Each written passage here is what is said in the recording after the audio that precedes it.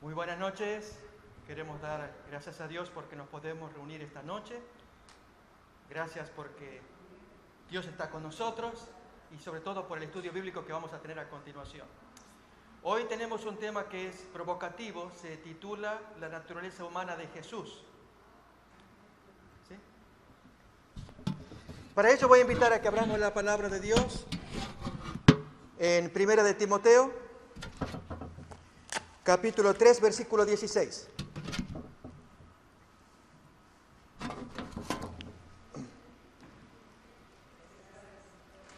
Primero de Timoteo, capítulo 3, versículo 16, leemos así. E indiscutiblemente grande es el misterio de la piedad. Dios, o Él, según las traducciones, fue manifestado en carne, justificado en el Espíritu, predicado a los gentiles, creído en el mundo y recibido arriba en gloria. Al hablar de la naturaleza humana de Jesús,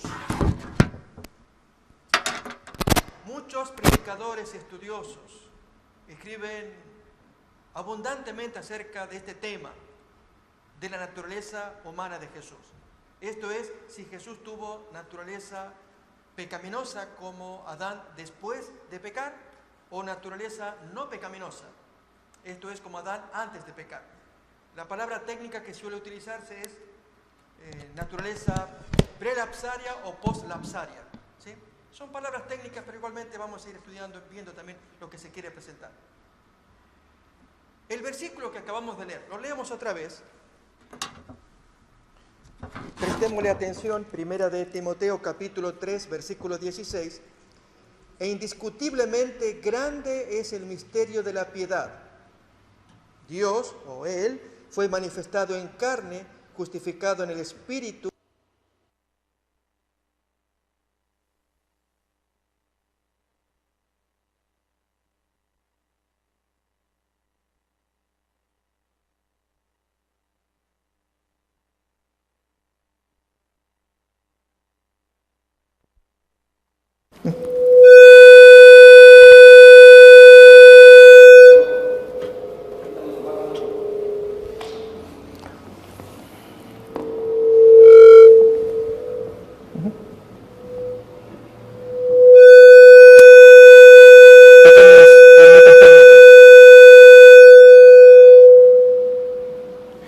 Quiero contarles, hermanos, que hace unos años atrás, durante el tiempo del seminario, cuando se estudian temas de teología, hubo una discusión amable entre alumnos y profesor acerca de este tema, la naturaleza humana de Jesús.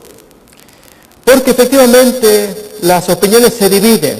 Hay quienes piensan que la naturaleza humana de nuestro Salvador fue tan igual, equivalente a la nuestra, pecaminosa.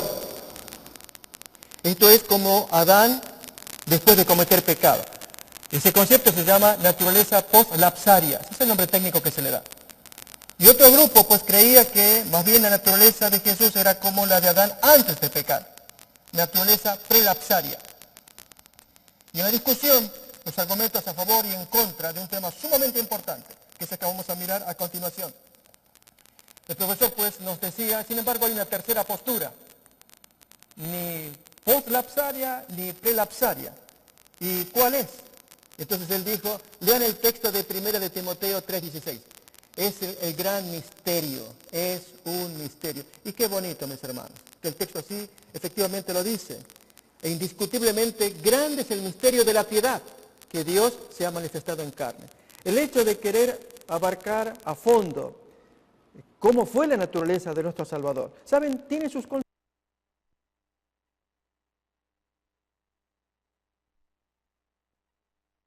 En el afán de ver a Jesús tan igual a nosotros, y por lo tanto tuvo naturaleza pecaminosa, y si Él venció en aquella naturaleza pecaminosa, como la nuestra, me da ánimos para que yo pueda luchar y vencer como venció Él.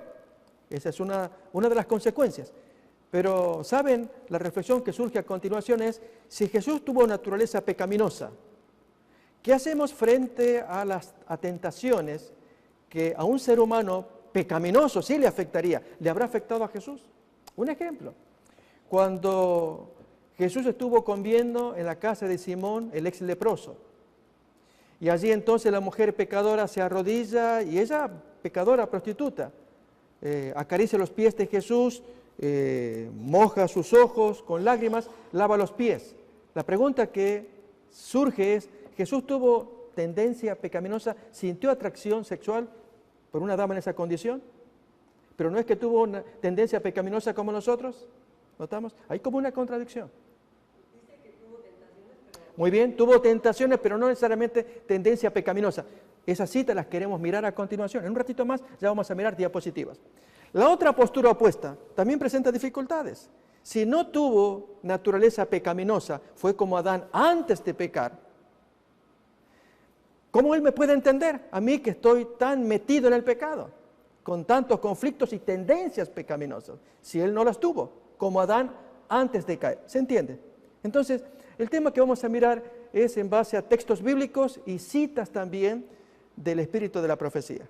Recordemos que el ángel que acompañaba a Juan nos enseñó una gran lección, texto que ya vamos a mirar durante las diapositivas, cuando él dijo, yo soy consiervo tuyo y de tus hermanos, ¿qué? Y ya vamos a mirar a qué se refería el ángel, acompañante de Juan, acerca de la amistad que él tenía para aquellos consiervos que algo se traían, algo llevaban, algo cargaban. Vamos entonces a mirar las diapositivas. La naturaleza humana de Jesús. Aquí las estamos mirando ya. Fíjense, mis hermanos, ustedes pueden mirar allí. Grande es el misterio de la piedad. Dios fue manifestado en carne. Primera de Timoteo 3:16 que acabamos de leer. La Biblia revela a Jesús como Dios en todo el sentido de la palabra. Así lo dice Filipenses capítulo 2:6, que ahí lo tenemos. El cual, siendo en forma de Dios, no estimó el ser igual a Dios como cosa a que aferrarse. Les cuento que en la Biblia Nuevo Mundo, que editan los Testigos de Jehová, tienen que retocar ese texto. Y es la forma en cómo ellos lo traducen es una forma dura, distinta de cómo estamos leyendo, tal como está en el griego. Otra vez, el cual siendo en forma de Dios no estimó el ser igual a Dios como cosa a que aferrarse.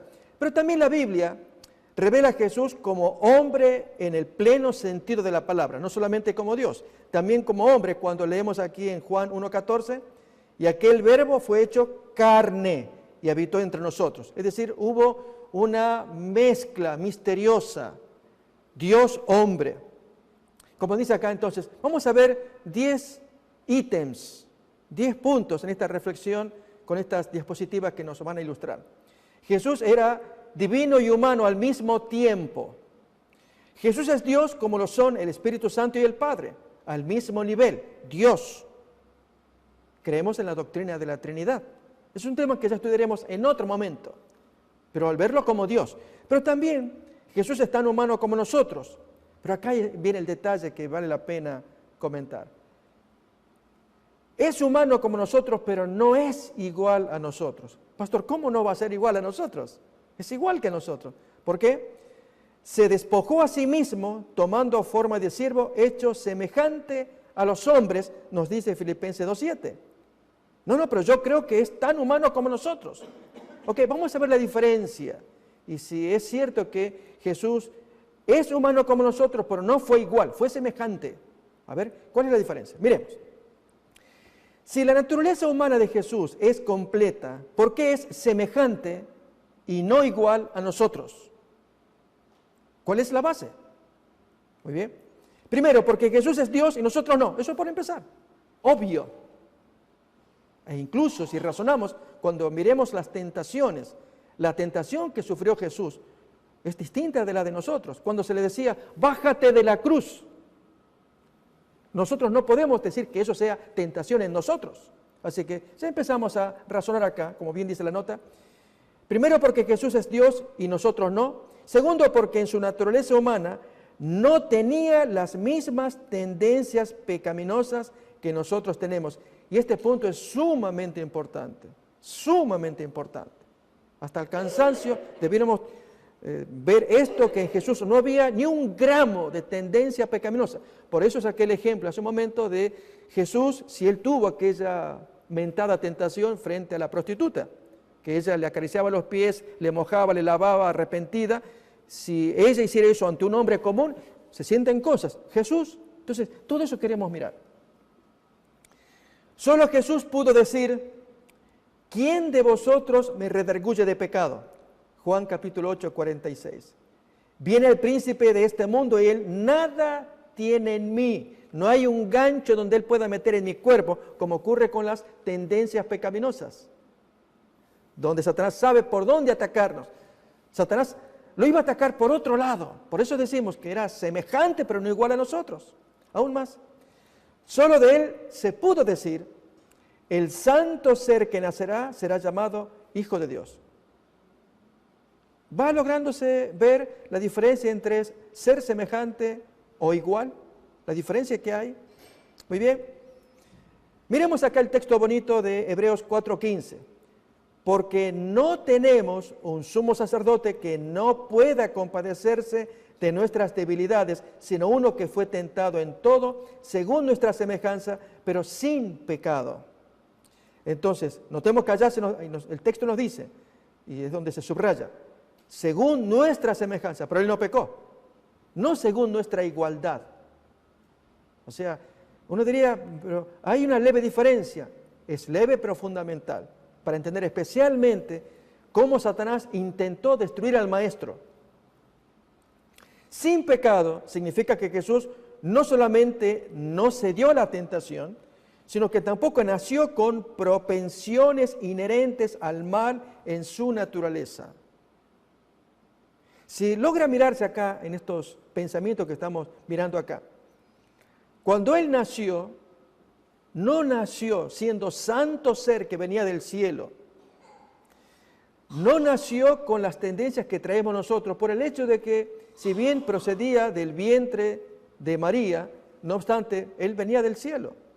Recordemos que el texto se nos dice que me preparaste cuerpo, nos lo cuenta Hebreos citando al Salmo. Entonces me preparaste un cuerpo y aquí yo vengo para hacer tu voluntad, oh Dios. Entonces al prepararle un cuerpo, ¿qué tipo de cuerpo se puso dentro del vientre de María que no traía concurrencia paterna, humana?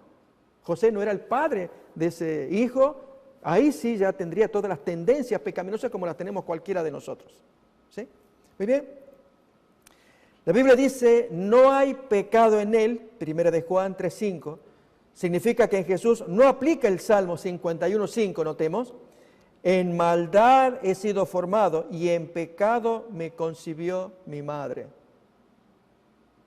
Bonito salmo que David se aplica a sí mismo y por extensión nos lo aplicamos a todos nosotros, que hemos sido concebidos en pecado. No así Jesús. El santo ser será llamado Hijo de Dios. Él procede del cielo. Entonces, tal vez vayan surgiendo pensamientos. Hay algunas ventajas de lo que estoy observando acá. ¿Será? A ver, vamos a seguir avanzando. En primer lugar, el segundo apartado es el testimonio de Elena White. Y ahora sí yo les invito a que me acompañen a mirar el texto de Apocalipsis capítulo 19.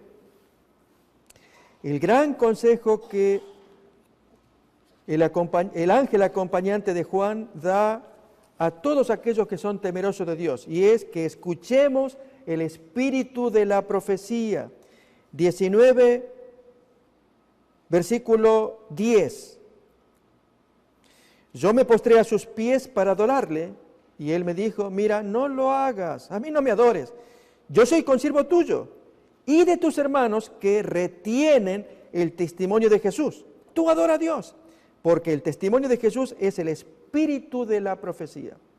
Leo otra vez el texto, palabras sumamente importantes que el ángel dice. Él me dijo, mira, no lo hagas, yo soy consiervo tuyo y de tus hermanos que retienen el espíritu de la profecía. Y luego en la segunda ocasión donde nuevamente Juan intenta adorar, allí el ángel se pronuncia más claramente. Fijémonos, capítulo 22 ahora, versículo 9. Pero el ángel me dice, mira, no lo hagas, es decir, no me adores, porque yo soy consiervo tuyo y de tus hermanos los profetas. Así que, fíjense que para el ángel, Él dice, yo soy compañero tuyo de servicio y de aquellos otros que tienen el espíritu de la profecía. Pues del espíritu de la profecía vamos a leer ahora, que son los escritos que reconocemos inspirados de Elena White. Acá tenemos algunos pensamientos que dan más luz de lo que estamos escuchando. En el libro Testimonios, tomo 2, ahí tenemos la página, dice, Jesús oraba por sus discípulos y por sí mismo, identificándose así con nuestras necesidades, nuestras debilidades y nuestros fracasos, que son tan característicos de nuestra condición humana. Pedía con poder, sin poseer las pasiones de nuestra naturaleza humana caída, pero provisto de debilidades similares, tentado en todo según nuestra semejanza. Jesús sufrió una agonía que requería ayuda y apoyo de su Padre, externa a Él, de arriba, pero no traía las pasiones de nuestra naturaleza humana. Entonces, en un momento más vamos a mirar, ¿y en qué consistían las tentaciones de Jesús? ¿Por qué fueron tan grandes e intensas, y aún digo más, superiores a nuestras tentaciones? En un momento más ya miramos. Miremos otro testimonio.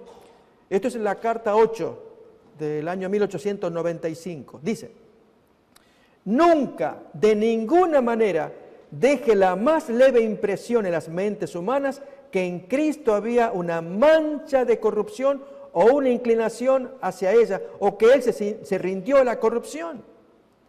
Fue tentado en todo punto como el hombre es tentado, sin embargo fue llamado el santo ser. Y entonces, frente a este pensamiento, reitero la ilustración que conté hace un momento de Jesús frente a la mujer pecadora, que ella cuando lavaba los pies de Jesús, Lucas capítulo 7, que si Jesús tuvo algún atisbo de tentación, si su naturaleza masculina se estremeció al ver esa prostituta inclinada allí, no se nos cruza en la cabeza. Hasta el pensamiento es chocante, desagradable. Claro que sí, acá tenemos la confirmación. Otra vez leo. Nunca de ninguna manera deje la más leve impresión en las mentes humanas que en Cristo había una mancha de corrupción o una inclinación hacia ella, o que Él se haya rendido a la corrupción. No había. La tentación iba por otro lado.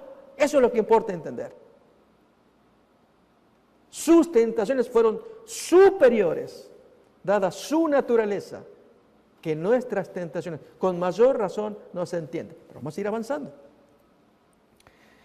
En la carta 97 leemos, Él nació sin pecado, pero vino al mundo de igual manera que la familia humana. Carta 97 de 1898. Tercer punto que queremos mirar ahora. No tener tendencias al mal implica tener ventajas en la lucha con la tentación. Ese es un pensamiento que puede suceder. Entonces él ya me va ganando. Él tiene ventajas. ¿Me va a entender? ¿Me va a poder entender? Ok. Vamos a ver con ejemplos, mis hermanos. Miren esta. Adán, antes de la caída, que tenía naturaleza humana perfecta, sin tendencias al mal, ni deterioro físico, ni mental. El caso de José, hijo de Jacob, que fue el padre putativo de Jesús, el esposo de María Virgen, tenía naturaleza humana caída, con tendencias al mal y deterioro físico y mental. ¿Estamos de acuerdo con esto? Sí. Pero miren ahora la conclusión. Sin embargo, José venció y Adán fracasó. ¿Dónde estuvo la clave? Se trata en consecuencia de que el que tiene naturaleza no pecaminosa, como Adán, y este otro que tiene naturaleza pecaminosa, como José, hijo de Jacob, entonces aquel se supone que va a vencer porque no tiene tendencia. No, va por otro lado. Va por la decisión que queramos tomar. Es el caso de los ángeles que cayeron. Siendo perfectos, decidieron mal. En cambio nosotros, siendo imperfectos, al decidir bien, estamos por encima de la posición en que ellos estuvieron y que por la cual se perdieron. Concepto muy importante, pero seguimos avanzando. Miren, como bien dice acá la nota que estamos mirando. La clave estuvo en la conexión con Cristo. Esa es la esencia. No tanto si se tiene fuerza para luchar con la tentación, y entonces Adán sí, lleva la de ganar. Y el otro que tiene menos fuerza, cae fácilmente. No es eso. Tiene que ver con la conexión que se tiene con el cielo. José permaneció conectado, Adán se desconectó. Por lo tanto, es cuestión de decisión. Esa es la clave. Jesús ya lo había dicho. Yo soy la vid, vosotros los pámpanos. El que permanece en mí y yo en él, este lleva mucho fruto, porque separados de mí nada podéis hacer. Juan capítulo 15. Todo aquel que permanece en él no peca. Notemos que siempre se habla de conexión. Si Adán hubiera permanecido en él, nunca hubiera pecado. Y recordemos cómo fue la tentación tanto de Eva como de Adán. En ambos casos similar. Se desconectaron de su Señor para escuchar una voz extraña y creer a esa voz. Desconexión o conexión. Esto es la clave. La voluntad es el poder que gobierna en la naturaleza del hombre, el poder de decisión o de elección. Todo ser humano que razone tiene la voluntad de escoger lo recto. En toda vicisitud de la vida, la palabra de Dios nos dice: escogeos a quién sirváis. Recordemos que fueron palabras de Josué. Todos pueden poner su voluntad de parte de la de Dios, escoger obedecerle, y así, al relacionarse con los instrumentos divinos, mantenerse donde nada pueda forzarlos a realizar el mal. Educación, página 261. Notamos la cita completa allí. Así que el poder no reside tanto en si yo tengo naturaleza pecaminosa o no pecaminosa, es qué decido hacer. Lógicamente, aquel que tiene naturaleza no pecaminosa como Adán, antes de caer, le era más fácil que este otro que tiene naturaleza pecaminosa como José, hijo de Jacob, y cuánta otra gente. Es más difícil.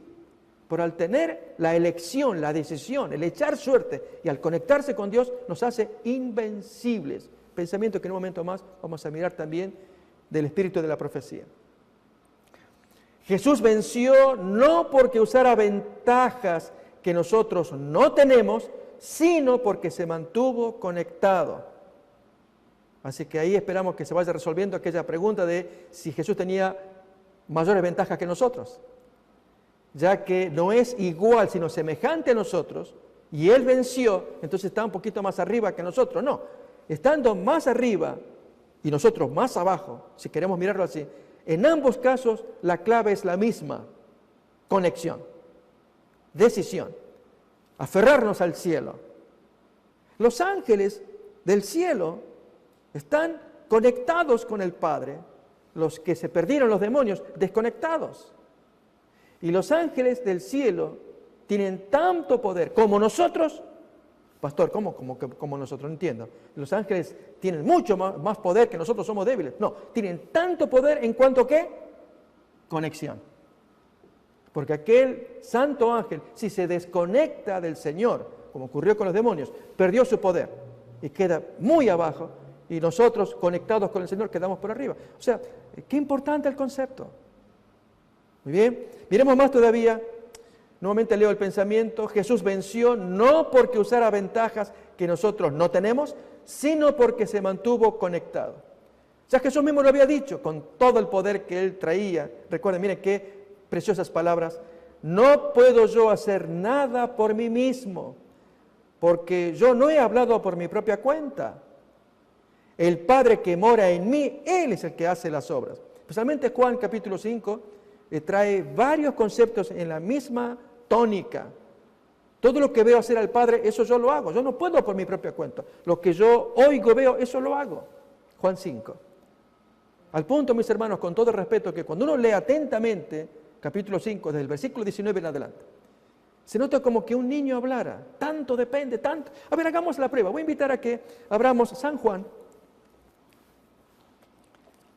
capítulo 5,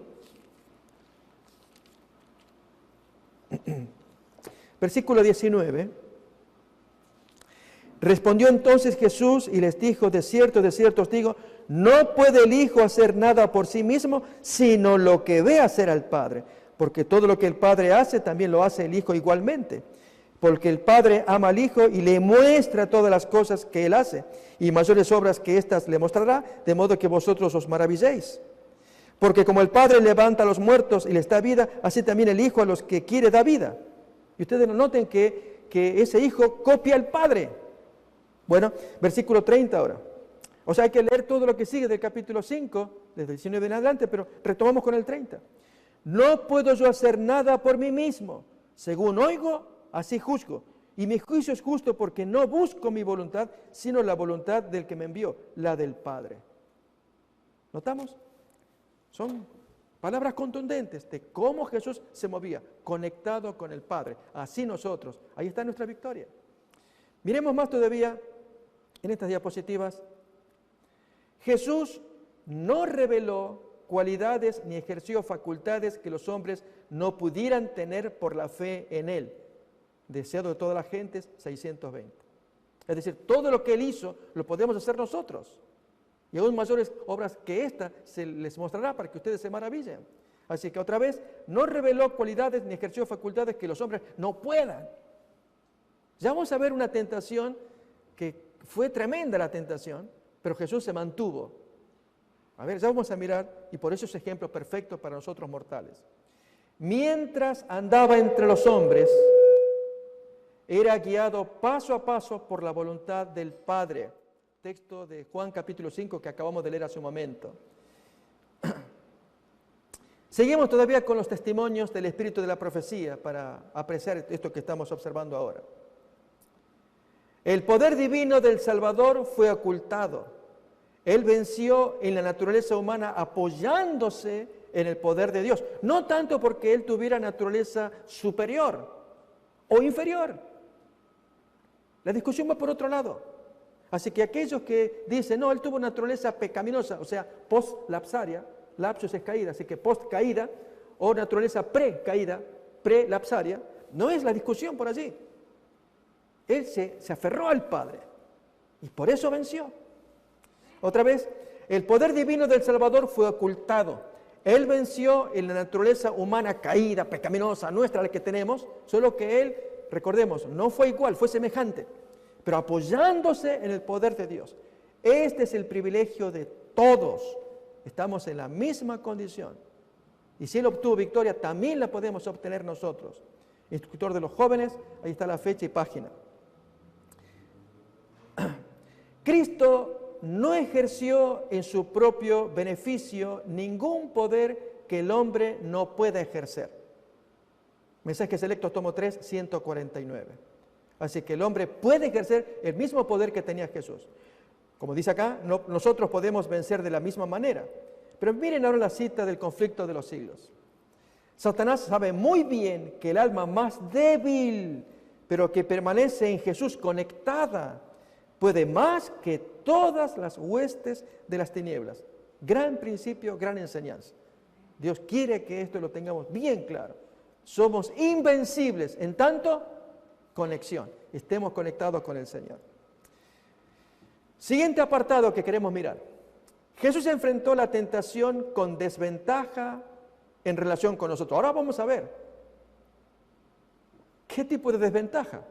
Así que no era igual a nosotros, era semejante, pero ahora vamos a ver que con desventajas. ¿Ok? Cuando caímos en pecado, somos afectados nosotros y quienes están en nuestra esfera de influencia, pero si nos arrepentimos, abogado tenemos para con el Padre, primera de Juan 2:1, y entonces cabe la reconciliación con Dios. Esto es cuando caemos en pecado. Pero ¿qué pasaba si Jesús caía en pecado? Miremos. Pero sobre Jesús pesaba la suerte del mundo, que si Él caía, nos perdíamos todos. Jesús mismo quedaría separado del Padre para siempre, así que Él tenía absoluta desventaja. No hay comparación. Su lucha era mucho más intensa que la nuestra. Miremos, por su santidad, su sufrimiento fue mayor. Y empezamos a leer citas del espíritu de la profecía bonitas. Su sufrimiento fue sentido más agudamente porque su naturaleza espiritual estaba libre de toda mancha de pecado. Y ahora vamos a ver por dónde Satanás lo quería atacar. No por tendencias pecaminosas que él no tenía, sino otras cosas que él sí tenía y nosotros no. Tener el poder y no usarlo, eso sí fue una lucha. Ahora sí, entendamos entonces la tentación en el desierto. Si eres hijo de Dios, di que estas piedras se hagan pan. Él tenía hambre. Y esa tentación fue intensa por el hambre que él tenía. Si esa tentación nos la dijeran a nosotros, pregunto, ¿sería tentación? Estamos en el desierto, Recordemos, Moisés estuvo 40 días sin comer ni beber para presentarse delante del Señor y que entonces apareciera una voz que lo tentara. Moisés, di que estas piedras se hagan pan. Pregunto, ¿puede ser tentación para Moisés? No, él no tiene el poder para hacerla. Por lo tanto, no era tentación. Entonces estamos mirando algo, que Satanás tentaba según el nivel. El hombre en sus pasiones, con sus tendencias, con su ira, su envidia, sus celos, sus apetitos, volando bajo donde estamos nosotros, ahí nos tienta. Jesús en su naturaleza lo tienta según su naturaleza. Cuando pendía de la cruz, bájate, bájate, así vamos a creer. Sí lo podía hacer. Pero los ladrones que morían al lado de Jesús, ellos no podían, eso no era tentación para ellos, porque no tenían poder para bajarse de la cruz. Le daban de bofetadas, les tapaban los ojos. Dinos, ¿quién te golpeó? Profetiza a ver que tú lo sabes todo. Y él sabía, era tentación. En cambio, nos ponen venda y no identificamos las voces, no sabemos quién, no es tentación. Notamos, Satanás tentaba según la naturaleza de Jesús, que era divina, divina humana. Y por lo tanto, era superior. Déjenme que lo ilustre. Hay un niño que entra con su papá a una tienda de juguetes. Y el niño, pues, todo un sueño, una alegría, estar allí jugando, mirando los juguetes. Y hay un momento en que él, descuido del padre, mete un juguetito pequeño en el bolsillo. Hijito, no se hace eso. Ay, papá, tú no me vas a comprar. En fin, imagínense. El niño está tentado con tantos juguetes. No sabe cómo hacer, pero el papá le dice, mira, no tengo dinero esta vez, no te voy a comprar. Voy a comprar otras cosas, pero juguetes no. Pregunto, para el papá, ¿es tentación esos juguetes? ¿Sí o no? No. Porque el papá, para él no, para el niño sí. Porque el papá tiene otro orden de tentaciones. Como hombre grande. El manejo del dinero y tentaciones de... Ustedes saben, no, imaginamos. Las tentaciones que un papá puede tener a su nivel. Pero un niño con juguetitos, no. Bueno, así pasa con el Señor. A un niño le diría, papá, tú no me entiendes, no me entiendes. Hijo, yo sí que te entiendo. Yo lo sufro a mi nivel. Yo soy bancario, trabajo en el banco y corre mucho dinero por frente de mis ojos. Y necesito dinero. Y el papá se resiste a la tentación. Él sabe lo que es tentación. En cambio, el niño lo llevan al banco y ve tanto dinero. ¿Y por qué? Billetes verdes. Y ven solamente los números. Pero llevarse todo en una bolsa, no. Más bien un juguetito es la tentación. ¿Se entiende? Así es nuestra relación con Jesús. Él sí nos entiende porque vivió tentaciones. Satanás no le perdió pisada. Miremos más todavía en las imágenes que estamos mirando acá. En la devocional Mi Vida Hoy, en la página 323, leemos esto. Cristo fue tentado por Satanás en una forma 100 veces más severa que la de Adán y bajo circunstancias en todos los sentidos más difíciles, dada su naturaleza divina. Nada menos que esta criatura que me provoque, me diga las cosas, será tentación nomás darle una bofetada.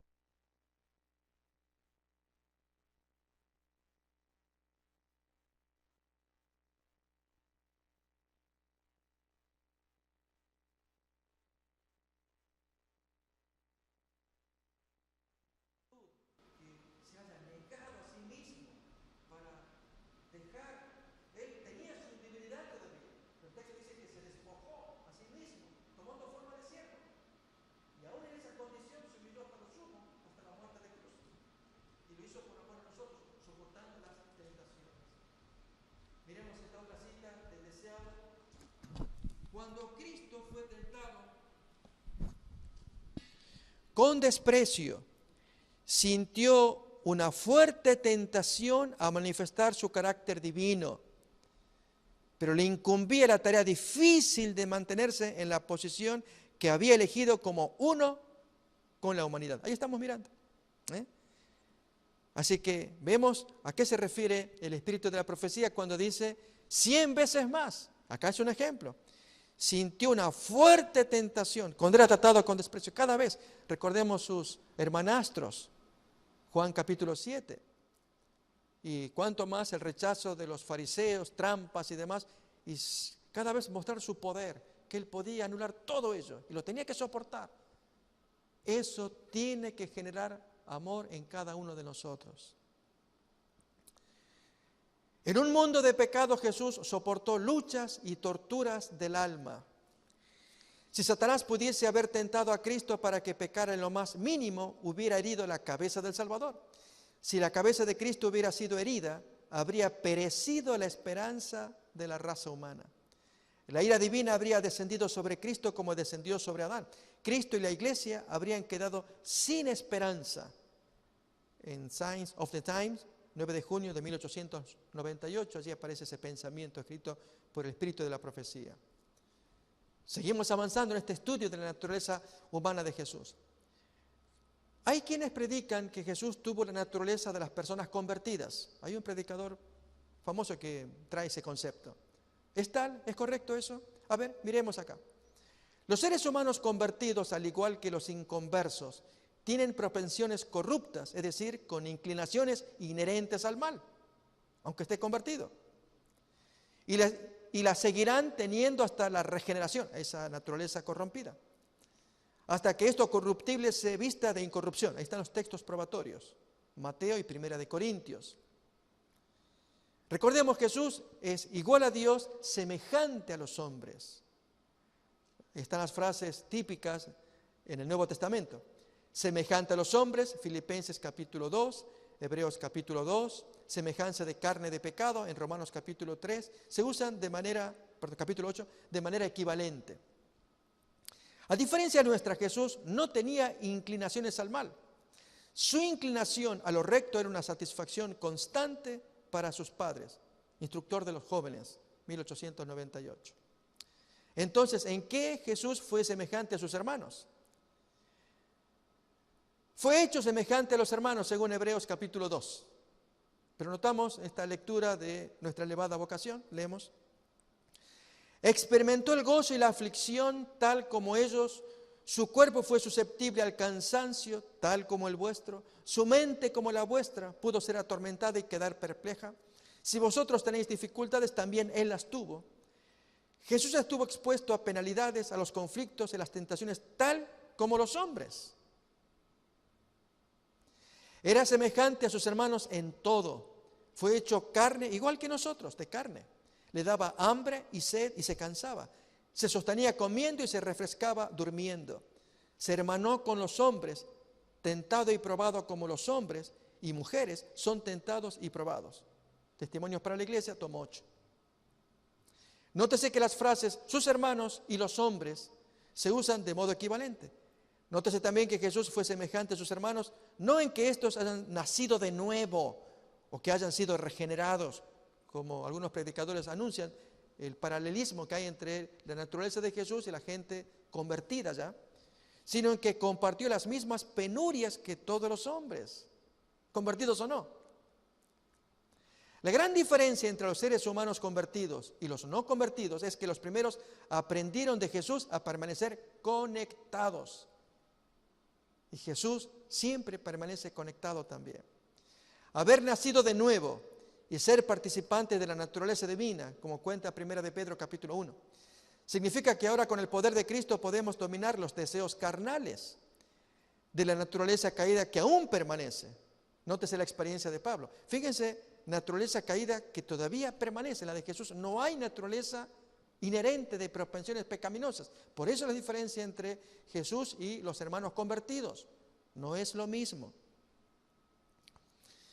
En Hechos de los Apóstoles leemos, Pablo sabía que su lucha contra el mal no terminaría mientras durara la vida. Siempre comprendía la necesidad de vigilarse severamente para que los deseos terrenales no se sobrepusieran al celo espiritual. Con todo su poder continuaba luchando contra las inclinaciones naturales. Y pongo mi cuerpo en servidumbre, no siendo que, habiendo sido heraldo para otros, yo mismo venga a ser eliminado, dice el apóstol Pablo. Así que, a pesar de que era un hombre convertido con nueva naturaleza, tenía que luchar y luchar, porque había naturaleza pecaminosa todavía inherente en él. Pero al estar conectado con el cielo, podía mantenerla en sujeción. O mejor, Dios la mantenía en sujeción. Miremos más todavía de gente convertida. El profeta Daniel es ejemplo de una persona verdaderamente convertida, de quien la Biblia no registra un solo pecado, aunque él habrá cometido pecados. no se niega a ello. Es un mortal. Pero Dios prefirió no revelar pecados en el caso de este profeta.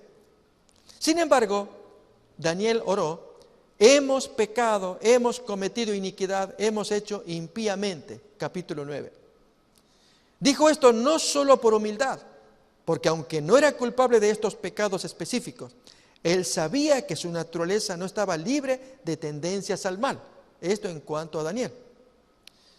Conflicto de los siglos, leemos: no puede haber glorificación de sí mismo, ni arrogantes pretensiones de estar libre de pecado por parte de aquellos que andan a la sombra de la cruz del Calvario. Quien está conectado con Jesús no puede exaltarse a sí mismo diciendo: ya la hice, ya estoy libre de pecado. Un ejemplo es Daniel. Prueba que está conectado con el Señor al reconocerse pecador. Pero miremos esta cita todavía del Camino a Cristo. No puede existir amor profundo hacia el Señor Jesús en el corazón que no comprende su propia perversidad. ¡Qué pensamiento! Por lo tanto, cuando hay hermanos que por ahí andan anunciando como trompeta, como los antiguos fariseos, recordemos Mateo capítulo 6, que allí ellos se demudan la cara, y si pudieran echarse alguna crema para que afearlos, y entonces salen en la calle: ¡wow! ¿Cómo ayuna ese hombre? ¿Sí? No, ellos hacen servicios religiosos para ser aplaudidos de la gente. ¿Sí? En el texto que estamos leyendo es al revés. Cuando uno está más cerca del Señor se ve más sucio, más pecador. Con toda su humildad y devoción, Daniel no podía decir con propiedad, como dijo Jesús: ¿quién me redarguye de pecado? O el príncipe de este mundo nada tiene en mí. De Daniel no se dijo: el santo ser que nacerá. Expresiones que solamente aplican a Jesús. Jesús fue infinitamente más humilde que Daniel, y ni siquiera por humildad él podía decir: hemos pecado, hemos cometido iniquidad, hemos hecho impíamente. Aun cuando enseñó el Padre Nuestro Jesús, él dijo también: vosotros decid, Padre nuestro que estás en los cielos, y luego cuando llega la parte de los pecados. Imaginemos que Jesús se identifica con los pecadores para tener que llegar a ese punto. Perdónenos nuestros pecados como perdonamos a nuestros deudores. No porque Jesús tuviera pecado, les enseñaba cómo decir las palabras. Jesús era como Adán antes de la caída, en que no tenía inclinaciones al mal. Por lo tanto, acá estamos mirando, llegamos a la conclusión, estamos llegando ya, de que Jesús tenía naturaleza prelapsaria, es decir, como Adán antes de caer. Miremos esta carta del año 1899, que dice: ¿en qué consistió la fuerza del asalto hecho sobre Adán que causó su caída? No fue el pecado inherente, pues Dios hizo a Adán conforme al carácter divino, puro y recto. No había principios corruptos en el primer Adán. No había propensiones corruptas o tendencias al mal en el primer Adán. Adán fue tan impecable como los ángeles delante del trono de Dios. Entonces, ¿dónde estuvo la fuerza o la falta de fuerza en Adán y aún en Jesús? Bueno, Cristo es llamado el segundo Adán. En Jóvenes, instructor de jóvenes, leemos: en pureza y santidad, conectado con Dios y amado por Dios, Él comenzó donde comenzó el primer Adán. Conectado otra vez, la palabra clave: permanecer en el Señor. En el caso de Jesús, estar en comunión con su Padre.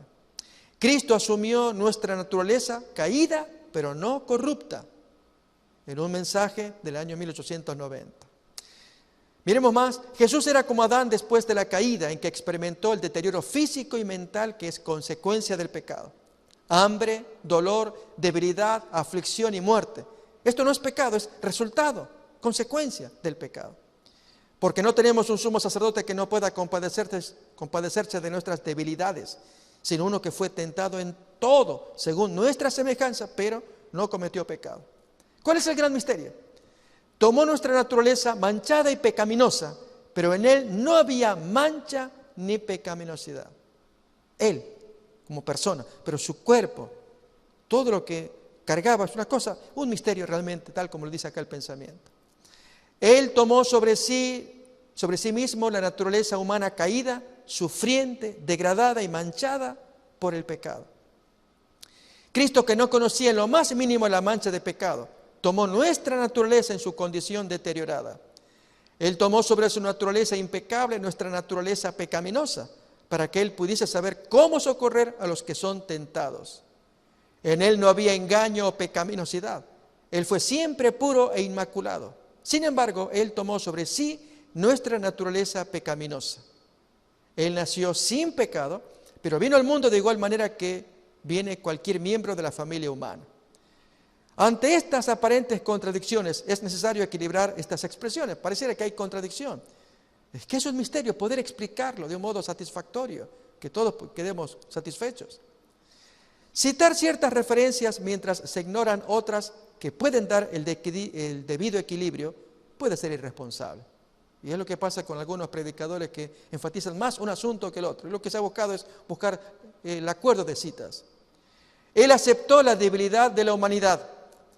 Jesús aceptó la humanidad cuando la especie se hallaba debilitada por 4.000 años de pecado. Él tomó la naturaleza humana y llevó las debilidades y la degeneración del hombre. Cristo no poseía la misma deslealtad pecaminosa, corrupta y caída que nosotros poseemos, pues entonces Él no podría haber sido una ofrenda perfecta. Cristo tomó sobre sí las flaquezas de la humanidad degenerada. La humanidad de Cristo es llamada esa cosa santa, un misterio precioso, por cierto. Así que entonces una sola referencia no alcanza para probar doctrina. Los testimonios mismos serán la clave que explicará los mensajes dados a medida que se explique un texto con otro, junto con el sentido común y el contexto también. Miremos esto. Dios quiere que tengamos sentido común y que razonemos con sentido común. Las circunstancias alteran las condiciones.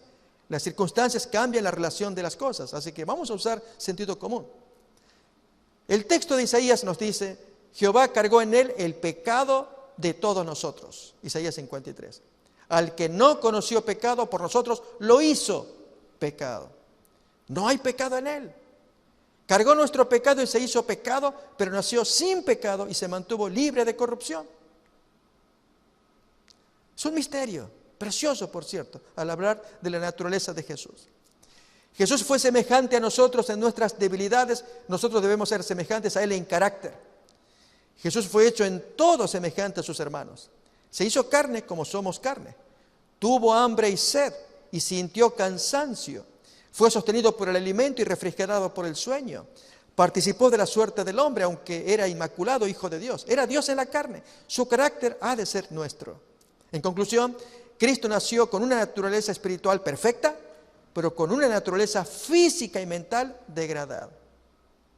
¿Notamos? Mentalmente, espiritualmente perfecto, físicamente degradado. El origen de la tentación. Satanás tienta a los humanos según la concupiscencia de cada cual. Satanás tentó a Jesús según el poder que había en él. Ahí están los textos que nos pueden ilustrar. El corazón reacciona positivamente a las tentaciones de afuera y los pies se apresuran imperceptiblemente hacia el mal.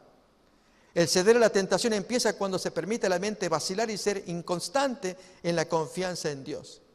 El momento de tentación en que posiblemente se caiga en pecado gravoso no crea el mal que se manifiesta, solo desarrolla o revela lo que estaba latente y oculto en el corazón humano. Al permitir que nuestra comunión con Dios se interrumpa, perdemos nuestra defensa.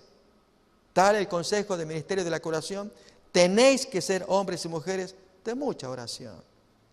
¿Cuál es el propósito de la tentación?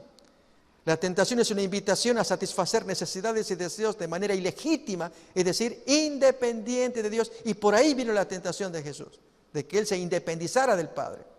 Y cada uno es tentado según lo que es posible hacer. Tan pronto como Satanás puede separar el alma de Dios, la única fuente de fortaleza, procurará despertar los deseos impíos de la naturaleza carnal del hombre, patriarcas y profetas.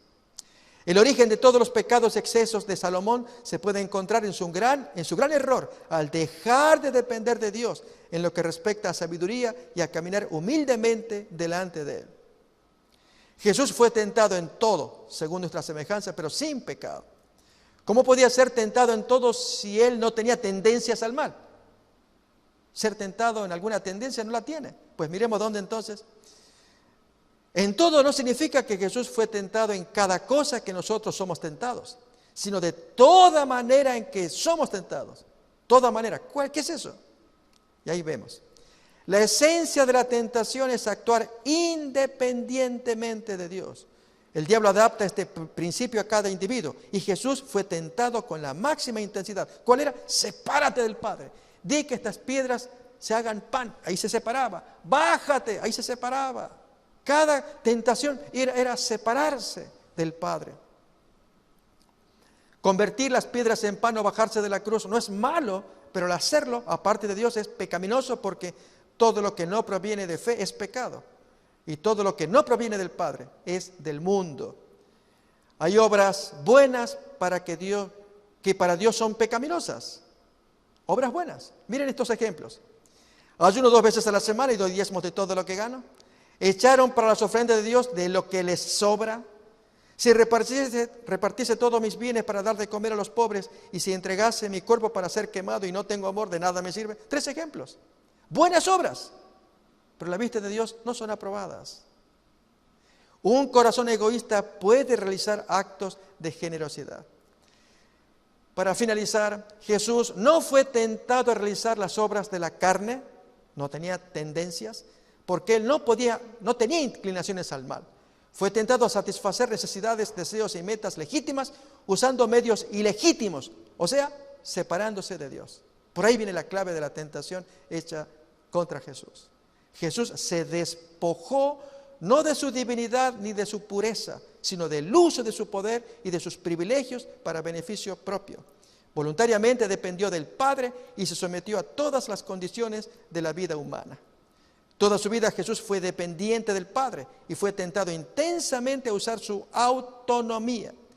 Mantenerse despojado era una lucha constante, es decir, no usar los poderes que eran propios de él. Y entonces, lo dejamos aquí, en esta última parte, para agradecerle al Señor, porque pudimos escuchar este tema de la palabra de Dios, con muchos testimonios del Espíritu de la profecía. Decimos ya para concluir que Jesús tenía la naturaleza como Adán antes de caer, pero él adoptó su naturaleza física con 4.000 años de degeneración para vivir su vida aquí intensa en la tierra y abrirnos caminos para que nosotros aprendamos el principio, que solamente conectados con el Padre es como podemos vencer. ¿Creemos estas cosas? ¿Las aceptamos? Quisiera, mis hermanos, invitarles a que tengamos una palabra de oración. Voy a pedirles que pasemos aquí adelante y tengamos una palabra firme de oración delante del Señor en señal de gratitud por lo que hizo en Jesús para con cada uno de nosotros. Pasemos aquí adelante y vamos a orar. Vamos a orar. Démosle gracias al Señor de que tener tan sublime Salvador como es nuestro Señor Jesucristo. Misterio precioso, insondable, y sin embargo tan profundo que al estudiarlo hay que hacerlo con corazones santos y manos santas, hablar de la naturaleza de Jesús. Nos arrodillamos y oramos.